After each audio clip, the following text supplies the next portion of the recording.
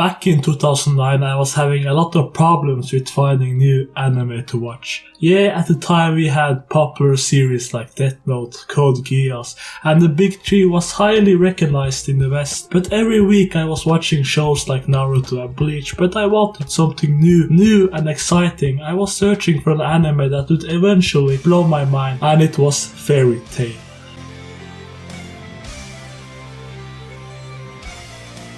Today, when people talk about Fairy Tail, I usually hear complaints about the fan service, the fillers, but most of all the inconsistent storytelling, which is perhaps one of its greatest drawbacks. You may ask yourself, what happened to Fairy Tail? Yes, it all started so good. To find the answer, let's rewind the clock real quick and let's go all the way back to where it all started.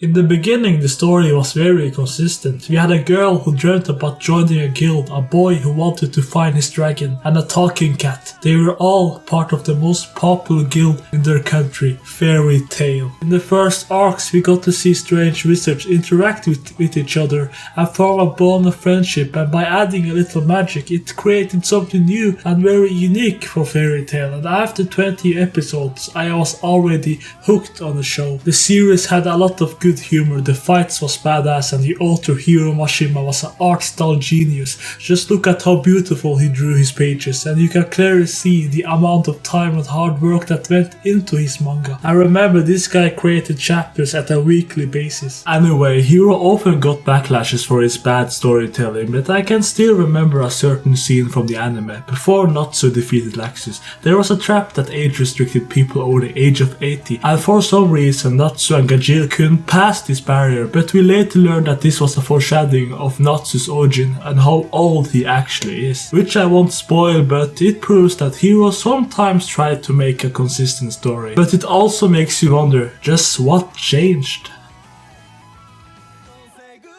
During the years, a lot of fans noticed how far Hiro went with the typical cliché story tropes. Let me explain. We have a villain. He gets hyped up for many episodes. He's especially known to be an unbeatable monster, and the viewers are aware about how unclassed the heroes are compared to the villain. But for some reason, Natsu and his friends managed to win the fight with the power of friendship.